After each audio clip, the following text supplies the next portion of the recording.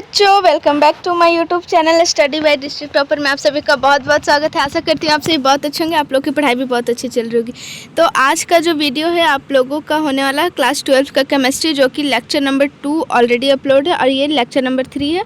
आप लोगों को इसमें मैं बताऊँगी आप लोगों को zero order reaction, first order reaction, second order reaction और मोलिकुलरिटी ऑफ रिएक्शन। इतना तक आप लोगों को आज की वीडियो में पूरा पता चल जाएगा, ठीक है। और पिछले वीडियो में मैंने ऑर्डर ऑफ रिएक्शन तक आप लोगों को पढ़ा कर दिया था। आप लोग ने जो भी स्टूडेंट्स अगर नहीं देखें तो आप लोग जाकर मेरे चैनल पे देख लीजिए, प्लेलिस्ट भी बना हुआ। तो जो भी नए स्टूडेंट्स हैं चैनल को सब्सक्राइब कर लीजिए और वीडियो को ज़्यादा से ज़्यादा शेयर कीजिए। चलिए वीडियो को स्टार्ट करते हैं। तो यहाँ पे देखिए ऑर्डर ऑफ रिएक्शन, यहाँ पे मैंने ऑलरेडी आप लोग को पढ़ा रखा था। यहाँ पे आप लोग देख लीजिए, जो कि यहाँ पे आप लोग को पिछले वीडियो में दिख गया होगा अगर आप लोगों ने देख करके आया है तो चलिए अब आगे की ओर बढ़ते हैं। Direct types of order reaction. तो टाइप्स ऑफ ऑर्डर रिएक्शन में आप लोग का है पहला जीरो ऑर्डर रिएक्शन। तो जीरो ऑर्डर रिएक्शन क्या होता है चलिए यहाँ जानते हैं। तो देखिए क्या है, the reaction in which rate depends upon zeroth power of reactant terms is called zero order reaction. तो यहाँ पे जो रिएक्शन होता है उसमें जो रेट डिपेंड, अगर रेट उसका अगर जीरो पावर है, रेट जो होता है उसका अगर पावर जीरो होता तो जो रिएक्टेंट टर्म्स होता है उस रिएक्टेंट टर्म्स में जो लिखा होता है जो उसमें आप लोग को रेट पहले पता करना। अगर उसका रेट का जो पावर है वो जीरो होता तो वो आप लोग का जीरो ऑर्डर रिएक्शन हो जाता, ठीक है। तो वो रिएक्शन आप लोग का जीरो ऑर्डर रिएक्शन कहलाता है। आप लोग समझ रहे होंगे। और मैं एक बात बोलना चाहती हूँ, मैं फिजिक्स का भी लेक्चर आप लोग को पढ़ा रही हूँ, आप लोग जाकर के देख लीजिएगा, उसका भी प्लेलिस्ट बना दी हूँ मैं। और भी अगर किसी और भी सब्जेक्ट का आएगा धीरे धीरे, बस आप लोग चैनल पे सपोर्ट करते रहिए तो आप लोगों को रेगुलर कंटेंट मिलते रहेगी, ठीक है। यहाँ पे चलिए जीरो ऑर्डर रिएक्शन आप लोग को समझ में आ गया होगा। तो चलिए अब कुछ मतलब इसे एक्सप्रेशन के तौर पे समझ लेते हैं। तो यहाँ पे देखिए, यहाँ पे रिएक्टेंट है और ये प्रोडक्ट है, ठीक है। आप लोग को मैंने पिछले वीडियो में बता रखा था कि अगर यहाँ पे जैसे रिएक्शन जिसका हो रहा है तो वो रिएक्टेंट होता है, ठीक है। और रिएक्शन होने के बाद मतलब ये जो रिएक्शन है उसके बाद जो हमारा जो आता है रिजल्ट वो प्रोडक्ट कहलाता। यह बात आप लोगों को समझ में आ रही होगी। अब यहाँ पे जो रिएक्टेंट टर्म्स में जो लिखा जाता है तो ये है आप लोगों का आर, मतलब small R is equal to K. यहाँ पे के आप लोग को मैंने पिछले वीडियो में बताया था ये कांस्टेंट है, ठीक है। क्योंकि प्रोपोर्शनलिटी का साइन हटता है तो वो आप लोगों को कोई ना कोई कांस्टेंट टर्म्स देना पड़ता है, तो वो के आप लोगों का है। और यहाँ पे आर आप लोगों का यही आप लोगों का रेट हो गया, ठीक है। आर का पावर जीरो हो गया, यही आप लोगों का रेट हो गया। और इसका पावर देख लीजिए आप लोग, रेट का पावर जीरो है तो सिंपली हम लोग यहाँ पे बोल सकते हैं कि ये जो रिएक्टेंट टर्म्स में जो आर का वैल्यू जीरो है इसलिए ये रिएक्शन हमारा जीरो ऑर्डर रिएक्शन हो जाएगा, ठीक है। आप लोग समझ गए होंगे। तो यहाँ पे अगर आर का पावर जीरो है तो किसी का पावर भी जीरो तो वन हो जाता है, ये आप लोग को पता है। तो यहाँ पर ये वन हो गया तो आर इज इक्वल टू के बच जाता है, ठीक है। आप लोग समझ गए होंगे। अब आगे बढ़ते हैं। और ये जो स्मॉल आर है ये आप लोग का रेट लॉ है। रेट लॉ मैंने पिछले वीडियो में बता रखा है आप लोग को, वो रेट लॉ है, ठीक है। उसके बाद रेट लॉ में मैंने यहाँ पे बताया था, एक बार मैं रिकैप करवा देती हूँ आप लोगों को। एक मिनट आप लोग बस देखते रहिए। यहाँ पे देखिए रेट कांस्टेंट, यहाँ पे आप लोग को मैं बता दी थी आर मतलब के जो आपका रेट कांस्टेंट है। और यहाँ पे आप लोगों को रेट लॉ के बारे में मैंने बताया था। रेट लॉ यहाँ पे देखिए ये रहा आप लोग का रेट लॉ का डेफिनेशन, पिछले वीडियो में भी मैंने बताया, आप लोग जा करके देख लीजिए। यहाँ पे फिर आप लोगों का रेट लॉ निकल करके आ जाता था। तो यहाँ पे यही आप लोगों का रेट लॉ होता है, जो कि रेट लॉ के अनुसार क्या डेफिनेशन था वो मैंने पिछले वीडियो में आप लोगों को बताया था। तो आप लोग जा करके देख लीजिए। उसके बाद चलिए यहाँ पे अब बढ़ते हैं फर्स्ट ऑर्डर रिएक्शन की ओर। चलिए इसका कुछ एग्जाम्पल्स भी देख लेते हैं। तो इसका एग्जाम्पल्स क्या है यहाँ पे आप लोग ये देख लीजिए। तो फर्स्ट यहाँ पे एग्जांपल्स है H2 + Cl2 और इसे H न्यू मतलब कि यहाँ पे हीट मतलब यहाँ पे दे रहे हैं हम लोग। तो इसके मतलब जो रिएक्शन हो रहा है तो 2HCl बन रहा है। तो यहाँ पे आप लोगों का बन रहा है जीरो ऑर्डर रिएक्शन हो रहा है। और यहाँ पे जो लिखा हुआ है rate do not depends upon concentration terms. तो यहाँ पे आप लोग देख सकते हैं रेट जो है कंसंट्रेशन टर्म्स पे डिपेंड नहीं करता, डायरेक्ट किसी टर्म्स पे वो डिपेंड नहीं करता है। कंसंट्रेशन टर्म्स जो है उस पर तो डिपेंड नहीं करता क्योंकि यहाँ पे कंसंट्रेशन टर्म्स वो हट जाता है, ठीक है। उसके बाद चलिए आगे दूसरा जो देख लेते हैं। 2NH3 है और यहाँ पे प्लेटिनम है और यहाँ पे N2 + 3H2 बन रहा है। तो यहाँ पे भी आप लोग का जीरो ऑर्डर रिएक्शन है। उसके बाद यहाँ पे 2HI है और गोल्ड और AU मतलब वही हो गया। गोल्ड में आप लोगों का मतलब रिएक्शन हो रहा है तो यहाँ पे आप लोग का H2 + I2 बनेगा। यहाँ ये सब जो एग्जांपल्स है आप लोग का जीरो ऑर्डर रिएक्शन में, अगर एग्जाम में आप लोग को पूछा जाता है जीरो ऑर्डर रिएक्शन तो ये सब आप लोगों को डेफिनेशन के साथ ये एग्जाम्पल्स भी दे देना ज़रूरी होता, तभी आप लोग को मार्क्स मतलब अच्छे मिलेंगे, ठीक है। उसके बाद चलिए फर्स्ट ऑर्डर रिएक्शन की ओर बढ़ते हैं। तो फर्स्ट ऑर्डर रिएक्शन यहाँ पे आप लोग देख लीजिए।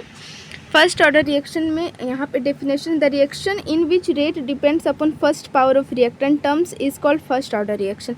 यहाँ पे बोला गया कि जो रिएक्शन होता है उसमें जो रेट होता है, रेट का जो पावर है वो 1 होना चाहिए। रिएक्टेंट टर्म्स में जो रेट होता है उसका पावर 1 होता है, तो उस रिएक्शन को ही हम लोग फर्स्ट ऑर्डर रिएक्शन कहते हैं। अब कुछ इसका भी एग्जांपल्स देख लेते हैं। तो ये देखिए C2H4 + H2 है, इसको रिएक्शन जब हम लोग करते हैं तो C2H6 बन जाता है। ठीक है, जब C2H6 बनता है तो यहाँ पे देखिए इसका जो रेट मतलब है यहाँ पे पावर 1 हो जाता है। C2H4 इसका जो पावर ये तो 1 है, आप लोग को दिख रहा होगा यहाँ पे इसका पावर 1 है, और H2 तो यहाँ पे ये 1 दिख रहा है रेट का मतलब वैल्यू, मतलब रेट का जो पावर है, तो इसलिए ये फर्स्ट ऑर्डर रिएक्शन में हम लोग इसे मतलब मान लेंगे। ठीक है, उसके बाद यहाँ पे उसी का एग्जांपल से फर्स्ट ऑर्डर रिएक्शन का ही एग्जांपल है ऑल नेचुरल डीके। जितना भी डीके होता है वो सब कुछ आप लोगों का नेचुरल डीके होता है, सब आप लोगों का मतलब एग्जांपल है फर्स्ट ऑर्डर रिएक्शन का ही।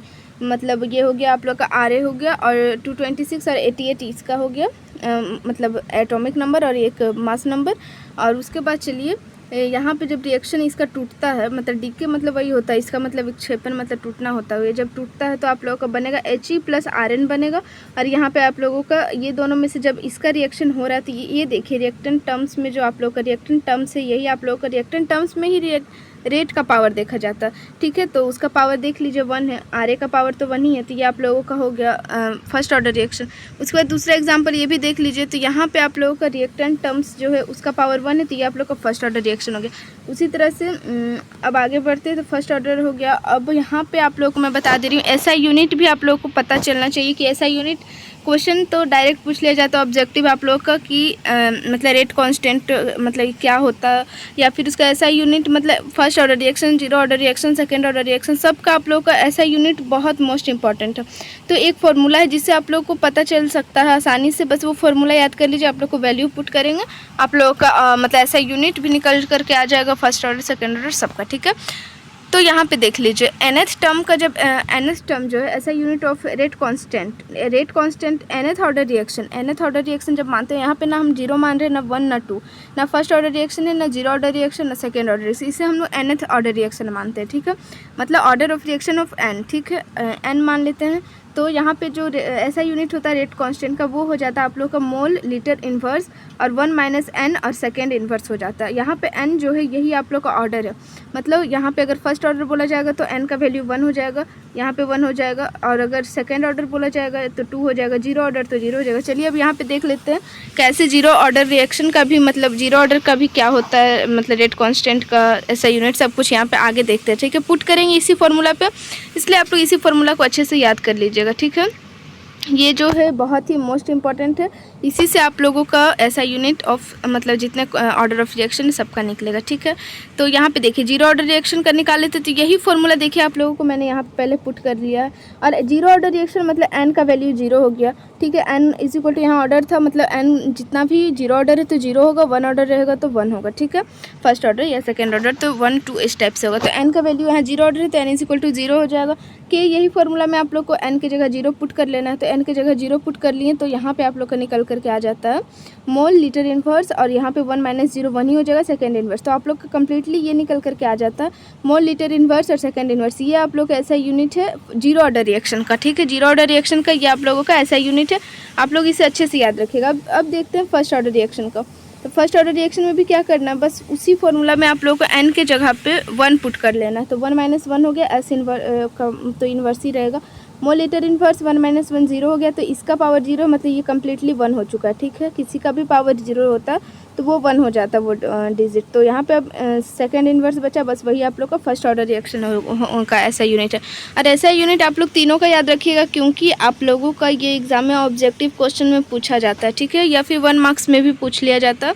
तो यहाँ पे देखिए फिर सेकेंड ऑर्डर है, सेकेंड ऑर्डर में भी n की जगह पे 2 पुट कर लेना है। तो जब पुट करेंगे तो 1 - 1 हो जाएगा, और ऐसे का सब कुछ वैसा ही हो जाएगा। तो अब देखिए मोल और इन्वर्स यहाँ पे इसके साथ ये मल्टीप्लाई हो जाएगा, तो मोल का भी इन्वर्स हो जाएगा -1, और L ये जो आपका -1 ये -1 ये आप लोग का प्लस हो जाएगा। तो यहाँ पे आप लोग का ये प्लस हो जाएगा, और सेकेंड इन्वर्स ऐसे ही रह जाएगा। तो आप लोग का यहाँ पे पता चल गया क्या होता है मोल, इन्वर्स, लीटर और सेकेंड इन्वर्स, ये आप लोग का सेकेंड ऑर्डर रिएक्शन का हो गया। तो अब आप लोगों को समझ में आ गया होगा फर्स्ट ऑर्डर रिएक्शन क्या होता है, जीरो ऑर्डर रिएक्शन क्या होता है, और तीनों ऑर्डर ऑफ रिएक्शन जो है उसका ऐसा यूनिट कैसे निकाला जाता है उसका मैंने एक फार्मूला ही बता दिया, वो आप लोग बस माइंड में सेट कर लीजिएगा। उसके बाद तो बस वैल्यू पुट करना है, आप लोग को याद हो जाएगा।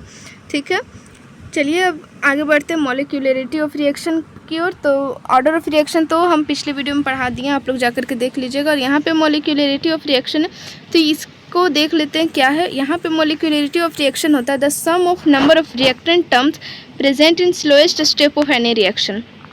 तो जो रिएक्टेंट टर्म्स होता है उसको जोड़ करके, जो रिएक्टेंट टर्म्स होता है, जैसे ये रिएक्टेंट टर्म्स है, इसे जोड़ने पे जो निकलता है वही हमारा मॉलिक्यूलरिटी होता है, ठीक है।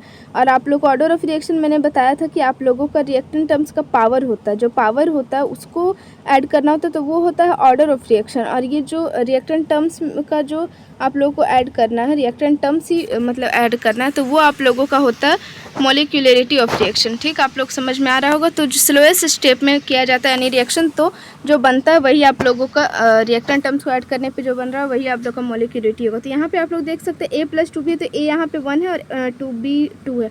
मॉलिक्यूलरिटी निकल गया 1+2, आप लोग का 3 निकल करके आ चुका है मॉलिक्यूलरिटी। तो ऐसे ही आप लोग को मॉलिक्यूलरिटी निकालना है। और इसका कुछ पॉइंट्स और है वो आप लोग देख लीजिए। 2 पॉइंट्स और है। It is a theoretical value, ये आप लोग को पता चल गया। और वो था एक experimental value order of reaction, मैंने पढ़ा रखा, आप लोग जाकर के देख लीजिएगा। और ये it can not be zero, negative and fractional, ये ना तो नेगेटिव हो सकता है, ना जीरो, ना फ्रैक्शनल, कुछ नहीं। और वो है ऑर्डर ऑफ रिएक्शन, सब कुछ हो सकता है, पॉजिटिव, नेगेटिव, जीरो, फ्रैक्शनल, सब कुछ हो सकता था, ठीक है। इस तरह से ही आप लोगों का डिफरेंस भी पूछा जाता है, तो आप लोग आसानी से लिख सकते हैं। लेकिन डिफरेंस पे भी एक मैं लेकर के आऊँगी आप लोगों को, मतलब क्या होता है डिफरेंस, वो आप लोग को मैं बता दूंगी, ठीक है, नेक्स्ट वीडियो में, कि molecularity of reaction order of reaction में क्या डिफरेंस होता है। उसके बाद यहाँ पे आप लोग को एक एक्सप्रेशन है, ये आप लोग देख लीजिए, ये भी इम्पॉर्टेंट ही है, आप लोगों को पूछा जाता है, लेकिन उतना नहीं, लेकिन फिर भी आप लोग देख लीजिए, ये इम्पॉर्टेंट ही टाइप से, आप लोग इसे देख लीजिएगा। यहाँ पे रेट लो मतलब क्या निकालना है वो मैं बता दे रही हूँ। रेट कांस्टेंट का जीरो ऑर्डर के रिएक्शन के लिए रेट कांस्टेंट का वैल्यू निकालना है, तो ये आप लोगों का होता है, ये बस आप लोग याद कर लीजिए। और इसका जो एक्सप्रेशन है आप लोग देख लीजिए ऐसे, तो ये आप लोग बस याद कर लीजिए, क्योंकि न्यूमेरिकल्स में मतलब इस टाइप से पूछा जाता है, इसलिए आप लोग यहाँ तक देख लीजिए। और नेक्स्ट वीडियो में आप लोगों को मैं बता दूँगी कि कैसे आप लोगों को मतलब मॉलिक्यूलरिटी ऑफ रिएक्शन और ऑर्डर ऑफ रिएक्शन में डिफरेंस क्या होता है, ये आप लोग देख लीजिए, बहुत ही मोस्ट इंपॉर्टेंट है। अगर आप लोग को ये जो एक्सप्रेशन है पूरा समझना है तो वो नेक्स्ट वीडियो में मैं बता दूंगी, क्योंकि ये लंबा वीडियो हो जाएगा, ठीक है। तो नेक्स्ट वीडियो में आप लोगों को ये बता दूंगी, और molecularity of reaction order of reaction में डिफरेंस क्या होता है वो मैं नेक्स्ट वीडियो में बता दूंगी, ठीक है। तो चलिए मिलती हूँ नेक्स्ट वीडियो में, तब तक के लिए बाय बाय। और जो भी अगर आप लोगों को कुछ डाउट्स है तो आप लोग मुझे कमेंट कर सकते हैं, वीडियो को ज़्यादा से ज़्यादा शेयर कीजिए। और भी रेगुलर कंटेंट आप लोग को इस चैनल के माध्यम से मिलते रहेंगे, और क्लास 12th 11th 10th की तैयारी पूरी करा दी जाएगी। तो मिलते हैं नेक्स्ट वीडियो में, तब तक के लिए बाय बाय। चैनल को सब्सक्राइब कर लीजिए, वीडियो को ज़्यादा से ज़्यादा शेयर कीजिए।